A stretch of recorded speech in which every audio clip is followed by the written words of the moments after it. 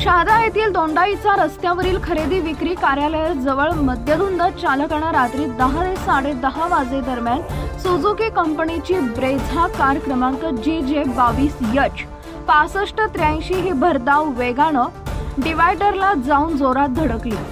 मात्र सुदैवानं कोणतीही जीवितहानी झाली नाही, कारण वेळीच एअर बॅग ओपन झाले होते। घटनास्थळी नागरिकांनी एकच गर्दी केली। दरम्यान नागरिकांनी मदत कार्य करून कार चालकाला कारमधून बाहेर काढले। प्रथम दर्शनींच्या म्हणण्यानुसार प्रेस मारुती गेट जवळ काही दुचाकीस्वारांना उडवण्याचा प्रयत्न होता, पण ते थोडक्यात बचावले आणि मोती बँक जवळ खरेदी विक्री कार्यालयाजवळ थेट कार डिवायडरवर चढून नगरपालिकेचं नुकसान केलंय। दरम्यान अनेक तळीराम सर्रास दारू पिऊन वाहन चालवताना दिसतात, त्यामुळे असे अपघात होतात। अनेक नागरिक या अपघातात जखमी होतात तर काही मृत्युमुखी पडतात। शहादा शहरात सध्या दारू पिऊन वाहन चालवणाऱ्यांची संख्या दिवसेंदिवस वाढत जाताना दिसत आहे। वाहतूक पोलिसांनी अशा तळीरामांना जागेवर दंड केला पाहिजे। वाहतूक विभागाने कठोर कारवाई करण्याची गरज भासतीये।